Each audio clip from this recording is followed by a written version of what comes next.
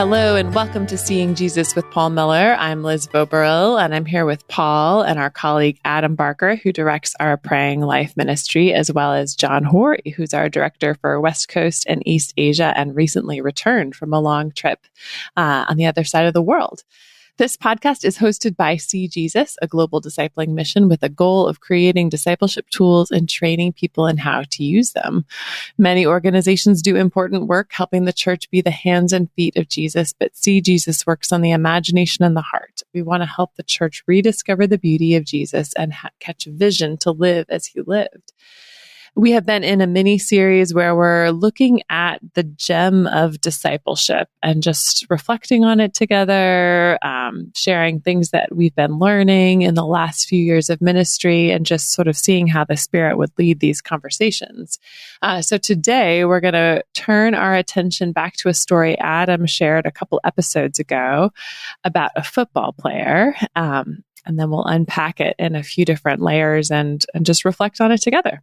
So Adam, if you would kick us off, I think that's actually even correct, athletically speaking, if it's a football. That's great. I love that story, and it's been fun hearing people respond to that. And yeah, just to recap. So we're gonna name my friend Travis just to keep him anonymous. So he, one of my leaders, when I pastored a church, and a great guy, but just to describe him a little bit. So big football guy, like could have gone pro, but I think had some knee trouble and so ended up not able to make it. But that kind of helps just paint the picture too of the rest of the story. And so we were meeting for coffee one day, and we talked about ministry, but also talk about just life. And so we were talking about marriage, and he had been growing and becoming more attentive to his wife, or wanting to grow. And so we were talking through that, and he shared with me, he says, we sit on the couch watching a show, and she'll start talking and sharing. So I'll pause the show and look over and make eye contact, and he says, I'm doing good. And then he says, but I have to admit, like, I really don't care at all about what she's talking about. He says, I'm trying real hard, but I just really don't care. And his wife's really sweet. She's a preschool teacher. And he says, she's always talking about the same kid, Billy, or whatever his name was, who's always causing trouble. And just every time it's always about Billy. And so Travis and I kept talking, and I said, okay, Travis, I want to encourage you to do something. I said, I want you to make a prayer card for your wife. And I said, but this first week, I just want you to pray, like, God, what do you want me to pray for my wife? And just pray that, and then just begin to jot down some things that come to mind. And I said, just every day, I just want you to pray for your wife. And so he did. And so we met, I don't remember if it was the week after or 2 weeks, within 2 weeks. And so we met again for coffee, and I just jumped in right there. I was like, man, how's that going? How is it going? Just the conversation, being more attentive to your wife. And he said, okay. He says, so we sit down on the couch, we're watching some TV, late at night, kids are in bed, and she starts to talk. I pause it, I look, I make eye contact. And he said, but then something happened that I wasn't expecting. He said, I actually started to care about what she was talking about. And so I was like, okay, so what happened? Why? What was different? And he said, I don't know. He says, but the more I prayed for her, the more God just began to help me love her and teach me to love her. And so he said, I even found myself asking about little Billy in other times when we weren't even on the couch, when she wasn't even talking about him. And so it was just a fun moment just to see him God began to just invite him to his love for his wife. And so it was just a great story, and great. There's so many layers to that. Mm-hmm. John or Adam, what are some of the layers that you peel off in that story? Well, one, I don't know if I pointed this out last time, but I do love the surprise about how the Spirit works. Like, I love that he was surprised at his own attentiveness and something he wasn't expecting. And so just how love and prayer are so intertwined. Like I didn't tell him that up front. I just invited him into that. And so just for him to just the Spirit connecting those dots, I think that was a great little first layer for him, and just the surprise of that. Yeah. John, what strikes you? Well, I was just thinking the natural assumption, if I'm praying for it, is that if I'm Travis, is that my wife would the answer to the prayer is my wife would stop talking while we're watching TV. And so it's total surprise that she didn't stop talking, but that the change actually occurred in him. Yeah. It's one of the many things I love about that. I mean, that is a particularly sweet story, Adam, but it's something that we, like, I think every Christian who begins to really develop a life of prayer, begins to see that kind of thing happen in their life. But what's so striking is that we tend to think of prayer as the exterior work of the Spirit.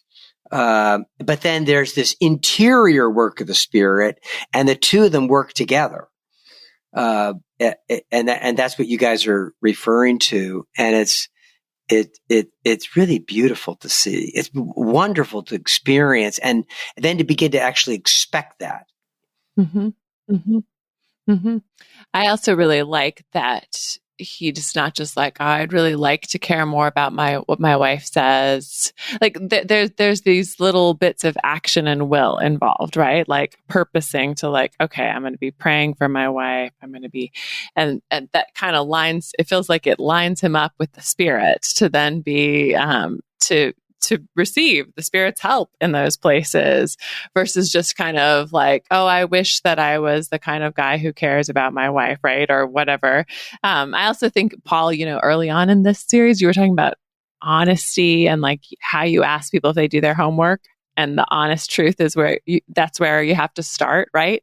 So as much as the woman on this podcast, I don't love that he's like not naturally loving his wife and thinking, wow, everything she has to say, I just want to hang in there, right? Like I like him to feel that way, just full stop. But I love that he's honest. And I know this is true, that like this is just human. This is the human struggle. So that's also beautiful, even as it's like, not the sort of romantic ideal in our minds. I think it's beautifully honest. And that is even in this story, right? Like if he hadn't spoken that honestly, you'd never have gotten there. Yeah, when I share this in a seminar, it's funny watching specifically the ladies' response, because at first they're really impressed with the stopping, pausing, eye contact, and they're thinking this is great, and then he gets real, and I love it. He never would have had to go there, so that opened the door for God to work. That's what makes it delightful. Is really, but I really don't care. Absolutely. And everybody has experienced that. Back to what you were saying and what you did, Adam, this is a critical component of the discipling process is you gave his will a track to run on, and you boxed it in, like where, you gave him something to pray for. You gave him a way to write that down. I mean, it could have been a prayer journal. He could have done a tattoo, but there's not. But of course, to see Jesus, we use prayer cards. But that car, and then the follow up, like that, there were 2 or 3 things you did in there, Adam, that were at the level of accountability and obedience. Like it was a simple obedience. And without that simple obedience, there's the Spirit has no launch pad. There's no door open to the Spirit. And it's just this sort of this osmosis. So it's just it's a critical component, because what you can do is what I've seen people who are disciplers go off on is they look at the state of Travis's heart and say, well, he's being a hypocrite, or something like that, or he's really not into it, when you're actually kind of going where Travis is. You went where Travis is, and that made room for the Spirit, which has just made it lovely. And the track that you're talking about, Paul, is not an arbitrary one. A track of obedience is giving room and space and attentiveness to the Spirit. I am thinking about the voices that I think we mention on this podcast about, you have the voice of the therapist, and then you have the voice of the manager. And so a discipler with the voice of a therapist might say, Travis, you need to really work on your active listening, which is not a bad thing, right? And then the manager would say, Travis, you need to make sure that you compartmentalize your schedule, so that when you're watching TV, and she knows that you're simply watching TV, you're not talking about the day. So I think this third way that we're talking about in the context of prayer and obedience and openness to the Spirit is exciting, but also really scary. You're not sure what's going to happen. Right. Yeah.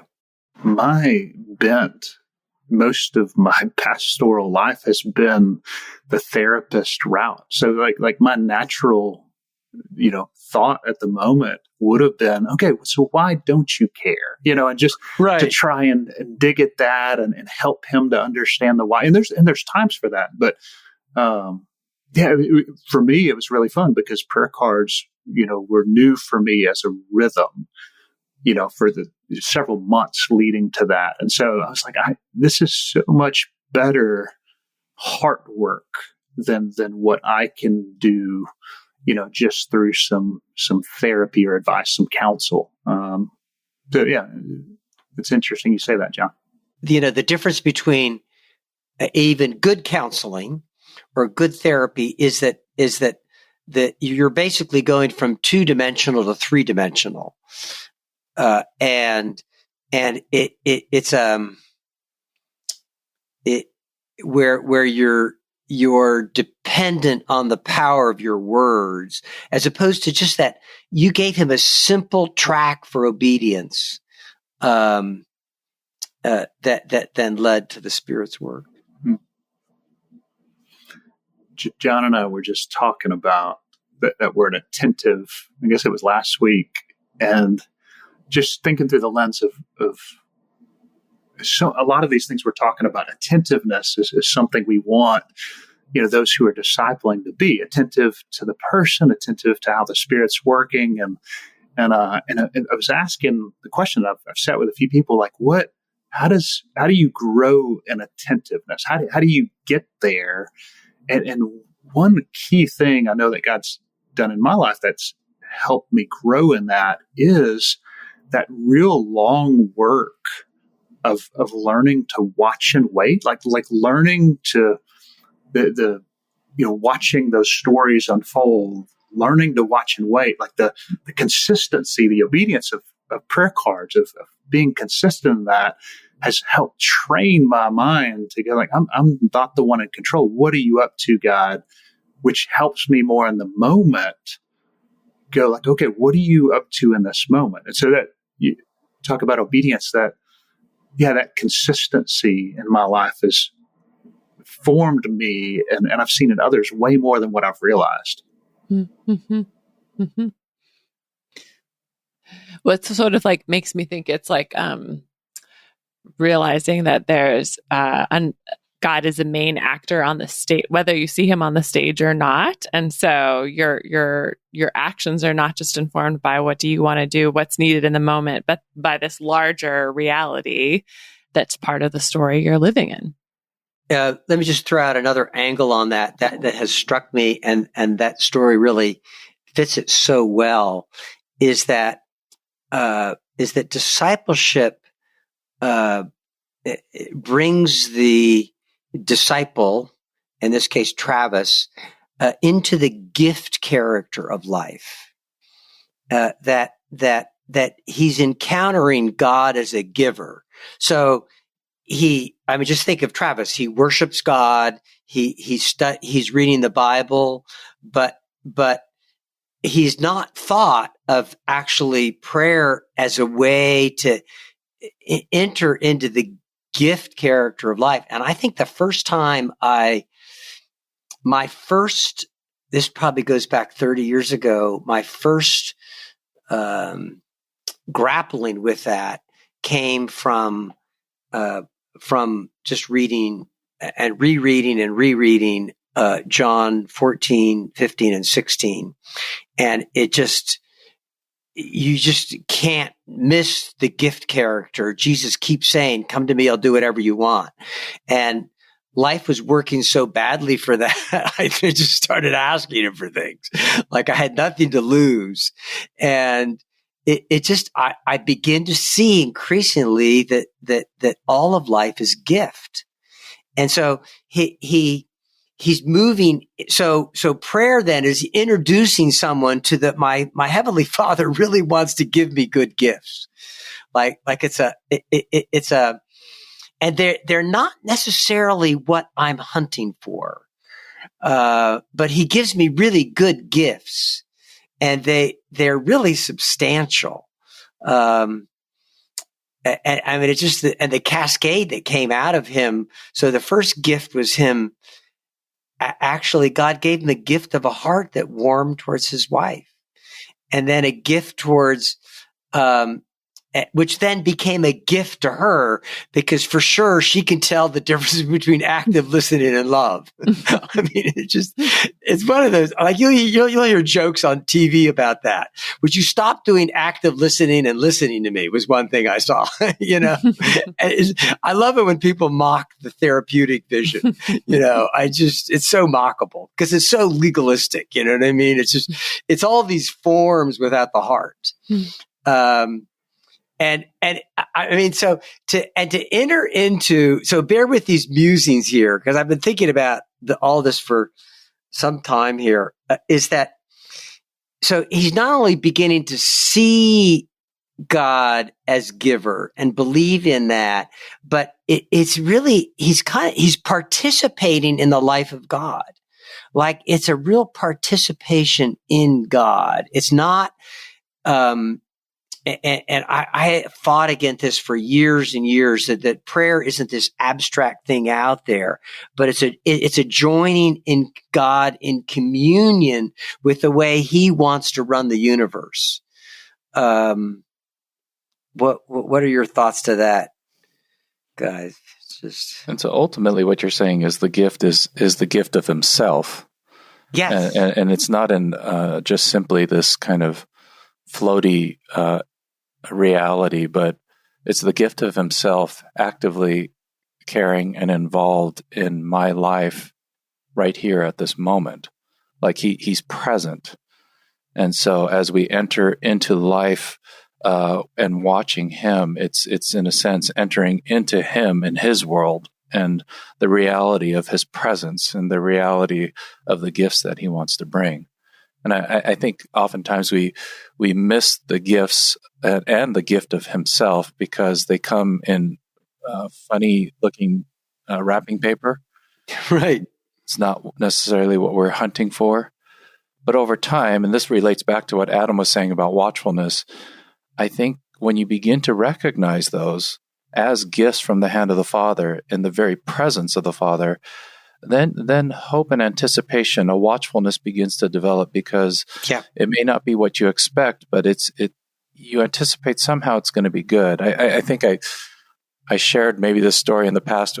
My son Jaron, when he was younger, was praying for something for a very long time, and finally, when the answer was a clear no, I thought this was going to ruin his faith. God doesn't listen to him, he might think. And I said, Jaron, what are you thinking? And he said, well, I'm disappointed, but I guess God must have something else better. Like there's a sense that even a no, there's a reason and there's a window and there's a God who gives good gifts that may not be the ones that I'm looking for or asking for, but that they will come as he sees fit. Adam? Yeah, I had dinner with Caleb, my son, Friday, and he was saying something similar. He just, in the past few months, started doing prayer cards. And he said, Dad, I've been praying for this friend and just for this hard situation in his life. And it turned out nothing like I was hoping or praying, like completely opposite of what I was praying. He says, but now that it's different, like I'm praying differently. He says, I'm learning, and I like the words he said, I'm learning to pay attention differently. Because he's just watching differently. And so that I was asking him the same thing. What do you hear when I say the word attentive? And so, he was connecting those things. He was loving, he was invited into God's love for his friend differently and what God was doing in his friend and in his friend's life. Here's another way to put that is that there are a couple of philosophers that have helped me a lot in thinking about this. So these thoughts aren't original. Esther Meeks is one of them. Polanyi's thought, this guy we've been reading together, D.C. Schindler. But that when your heart expands, and Esther Meeks gives the example of when you begin to ride a bike, you see the world in bike-ish kind of ways. Like you enter into the new world of the bike, and it's kind of, it's like your encounter with reality widens. And it's that encounter with reality that you're, like he's coming into the new reality. So back to Travis again, he's really, and where was he prior to this? So before and after, Travis was disengaged from his wife, even though he had clearly made a step in her direction, but he still at the heart level, he was disengaged and he knew it wasn't right. But so he was encountering a whole new way of doing life where God could be active in him and in the situation. And so he was moving away from, this word really gets overused, but it's probably the best word to think of, from the world of alienation to the world of reconciliation. But it's reconciliation doesn't really even capture the depths of it, though. We think of reconciliation as sort of there's been a brokenness and it's coming together, but it's even fuller than that.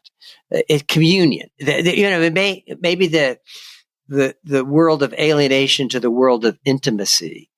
Yeah, I mean, I still think I'm thinking about what was on my mind when we started reflecting on the Travis story, where there's a way in which his willingness to do the work that you invited him to do, Adam, to take a step of obedience, kind of put him in a position where it was like, Paul, you talk about the rivers of living water, right? Like, so that it like changed his, so that he could experience the rivers of living water towards his wife, right? It kind of like unstopped a little where things had been a bit dammed up from that disengagement, that really it needs, he needed the Spirit to work in and through him to be able to relate differently.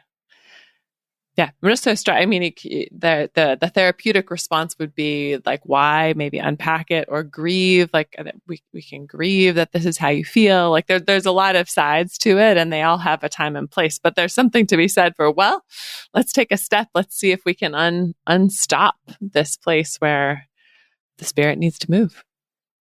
Here's another couple ways of just thinking of the same thing. Is back to Travis. And these just different metaphors that he's coming home. He's returning to the walking with God in the Garden of Eden. And it's all because of the reconciling work of Christ. But it's he's entering the world of God. Like it's just but it's not like a discipline. It's the way he's doing life the way it should be done. That like it was supposed to have been designed from the very beginning. So he's returning to normal. He's experiencing it seems like what you're describing is an integrity, like a wholeness or shalom. Yes. And the way, as you mentioned, the way things that were meant to be. Yeah. And although the way things were meant to be are broken, there's enough, especially obviously in Christ, that we can still participate in that reality here and now. My thoughts are catching up, but I'm still back on the bike thing, the expanding your world, it made me think maybe this is silly, but when we brought our kids when they were younger to one of those drive-through safari things, you know what I mean? Where there's ostriches and giraffes and things around you. Right. Like, the windows were up and they had no idea at first there was something, in their car seats. They didn't know something was outside. And when we rolled down the windows, I remember the giraffe sticking his head in and his tongue trying to, eat the bag of feed out of the hands. And but it was the kids were like, they were immersed in a world that was already there. They just didn't know it was there. And so, expanding our vision for what's actually going on around us, what God's actually up to. I love that expanding and seeing something differently. And I think it's important that it's not escaping the reality or like floating higher, where often spirituality is in a secular way. It's often lifting off the ground, right? But this is actually going deeper into what is, entering more deeply into what's really all around. And that's where your story goes a little bit too, although safari parks are certainly isolated little parts of the universe that don't obey the natural laws so much. But in going back to Travis, right, he's not floating up and away from his couch and TV and conversations with his wife, but being more fully alive to the reality right there. And you could even say that Travis, the pre-praying for his wife Travis was separated at one level from reality. So therefore he was functioning on his own because he thought that was reality. So where you and most Christians take bits of sermons, Bible readings, and sort of family wisdom and therapeutic wisdom, and they kind of piece their life together with that, and they'll build, and some of those pieces of wisdom will get more dominant, and most of the pieces of wisdom are really good. Some aren't so good. I mean, probably the one that the therapeutic vision that I never fail to take a pot shot at because it's so destructive, is the one probably most separated from reality because he doesn't enter into the life of love, that all of life is gift. And so the things that are weak in the therapeutic vision is the most glaring thing that's weak is love your enemies. I mean, it's just almost vacant from that vision. It's just sort of totally alien because all the whole focus is on self-protection. Obviously, Travis isn't at that place at all, but people grab at these different pieces and they don't work, and they get bitter at God when it really gets hard. So they're not really living in any ongoing communion, so that they die badly. And when they get resurrections, when they get blessing in their life, they tend to turn that in on themselves. But Adam? I think, one of the dangers though is piecing together, all of these, the wisdom, the therapeutic, all of these pieces, is to feel or convince ourselves we feel successful or good at it. Right. And even with Travis, I think there was a little bit of I'm doing way better than I used to, and so I think he, and even she thought, he cares about what I'm saying just because he's pausing and turning. And so we can Which is a low bar, we just have to say. Liz wants to make that clear. But I mean, yeah, I think the biggest danger, and I'm thinking about myself, is doing fairly well in my own strength. That's when I miss it the most, miss how much I need Jesus. And so, yeah, those things that we construct, I would call legalism. You know, it's essentially a kind of a legal structure that you've pieced together on your own that functions relatively well, and where it falls apart is in hard love. And it plays hand in glove with just sort of the reality of how much we're formed as consumers, right? So we consume all kinds of interesting bits and pieces of Christian media and wisdom and therapeutic, like we consume a lot of.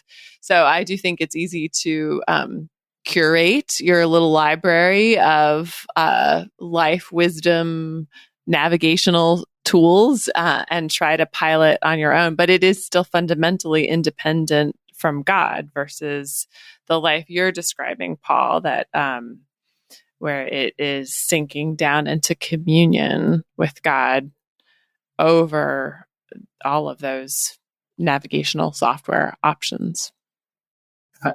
I'll even confess and I don't even know that I fully realized this until the kind of the separation, but like I'll be more intentional about, God, what do you want to do? What are you up to in ministry moments when I'm discipling or leading a cohort or something like that? Then I will be. It's easier for me to, go on a walk with Mandy. So that's what I've been trying to learn. God, what are you up to here also, and what's easier for me? That's not hard, and let me be more attentive to how you're working and how I need to grow.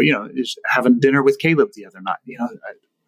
I'm trying to grow more. Like, God, what do you want to do in this? That's not hard for me. That's fun for me. But what do you want to do in this? And so we tend to even separate out where we're, functioning with God or understanding we're entering into His love. I don't know. We'll make different categories. Yeah. I think what we're talking about, the bifurcation of where God's active and where He's not, or these little pieces of wisdom of discipleship and trying to piece them all together. But I mean, what we're hearing as we continue to retell the Travis story is we hear a story. So there's a narrative framework by which life for Travis is unfolding, and it's not just Travis's life, but it's life in and with God. And so the idea that the assumption that while in that story there's going to be a transaction, Travis asked for something, and something God's either going to give it or not. But what begins to unfold, even within a week or more, is a story that involves so much more than just a transaction. It's the very presence of God at work in his life, on the couch at that moment, but also in his heart, in his marriage. And then obviously the narrative and the story continues to unfold. So a loss of that sense that God is revealing his presence and his activity in the framework of a story that's unfolding as we see it. If we miss that, then I think things can get very segmented. We can stop praying because we think it's done. I would just add to that, John, that really behind the story, that story is an unveiling of reality. Like it's a scene how the world should work and what the world really is like when I see its deepest structures, because I'm entering into the world of gift. So it's not like it's not like an abstract that God does these stories, but that the story is a description of God moving towards me and loving me. So I'm drawn into the world of love. And that's why prayer and love are just attached at the hip. They're just, the one is not possible with the other. And without that, we miss the reality you're speaking of. and we buy into another kind of reality that falls short, obviously, of what's true.